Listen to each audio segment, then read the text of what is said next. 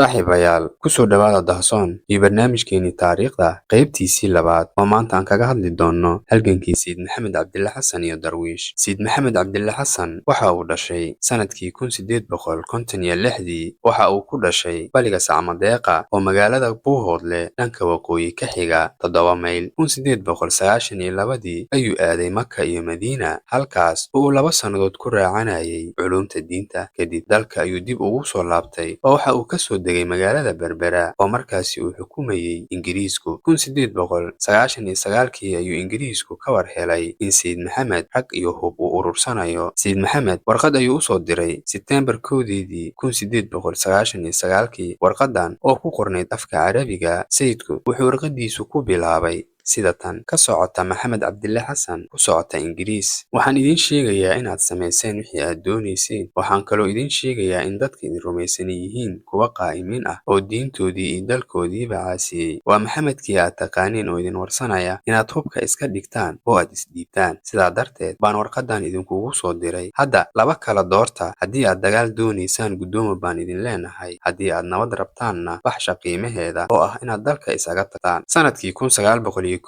ayaa Ingiriis iyo Darwiish dagaalkii u horeeyay dhex maray. Waa dhacdada la baxday Afbakeyle, ciidankii gumaystaha. Khasaare badan baa loo geystay, Darwiish qudheedana waa la wiiqay. Sanadkaa iyo kuwii ka dambeeyeyba dagaaladu si joogto ah ayay u socdeen. Meelo badan baa fooda la isdaray, waxaana ugu magacaweyn goobahan Fardhidin 1901, Beerdhiga 1902, Cagaarweyne 1903, Jidbaale 1904. Dagaalkii Darwiish waxa uu socday 1900 ilaa 1920 ilaa Ingiriis uu markii u horeysay Afrika diyaarado ku duqeeya. Duqayntii Taleex 1919 oo ahayd waxaan la filayn ama Afrika loogu baran. Inkasta oo aan qoraal lagu soo koobi karin halaagii iyo hooggii maalinkaa meesha ka dhacay, bal aan wax yar ka taabanno. Diyaaraddu waxay duqaysay Darwiish Diseembar 19, 1919, waxayna noqotay halgankii waddaniga ahaa ee qaaradda Afrika ugu horeeyay oo diyaarad lagula dagaalamo. Qoraa iyo taariikhyahan Awjaamac Cumar Ciise, sida uu buuggiisa Taariikhdii Darwiish ku xusay, duqayntii Taleex ma ahan wax af ama qalin looga sheekayn karo. Xasuuq aan loo aaba yeelin iyo maalin madow ayay ugu astaysan tahay ummadda Soomaaliyeed. Maalintaas ninka ugu nasiibka badan waxa uu ahaa ninka inta uu ka badbaaday carruurtiisii iyo dadkiisii. Wixii noolaa haleelay, maal iyo mood qaadashadooda lama haleelin. Wixii xaruntii Darwiisheed yaalayna waxay gacanta u galeen Ingiriis. Duqayntii diyaaradda ee Taleex waxaa gumaysigii isku dayay inuu qabto Sayid Maxamed Cabdille Xasan, waxaase sayidkii u tallaabay Imi. Waxaa halkaasi ku hakaday halgankii waddaniga ahaa ee Darwiish oo gaaray xagga bari ilaa Eyl, waqooyi badda cas, koonfur ilaa Wardheer, iyo galbeed ilaa Girid. Soomaalidiina waxay gacanta u gashay Ingiriis, Talyaani iyo Xabashi oo heshiis ku ahaa la dagaalankii Darwiishta. Haddaba su'aasha isweydiinta mudan ayaa ah, halgankii Darwiish maxaa uu u hanaqaadi waayey? Maxay yihiin xaaladaha fududeeyey in hilfaha loo qaado oo duqayntii cadowga ay ka soo kaban waayaan? Darwiish hana qaado ama ay hantaan himiladoodii waxaa cuuryaamiyey. Inkasta oo halgan socday in ku siman 20 sano, aan la oran karin ma hana qaadin, haddana waxaa jiray marxalado adag oo ku hareeraysnaa, kuwaas oo Darwiish u diiday si kasta uu halgankii Darwiish u hana qaaday marnaba inay hantaan himiladoodii xornimo. Darwiish inaysan himiladoodii gaarin marka laga yimaado cadowgii shisheeye, waxaa fududeeyey cadow sokeeye, qabyaalad, kala qaybsanaan iyo qoqob. Cadowgii shisheeye waxa uu ku guulaystay inuu Soomaali kala qaybiyo. Marka cadow sokeeye ayaa wiiqay Darwiish oo Ingiriis ka faa'iidaystay, ayaa sababay Darwiish inaysan hanan himilo kasta oo ay lahayd, marka laga reebo debkii ay shiday Darwiish holociisii aan marnaba demin. Saaxiibayaal, mar haddii halkan aad nala soo gaarteen, hanaga iloobin subscribe-ka si aad noola socoto qeybaha dambe ee barnaamijkeenan. Mahadsanid.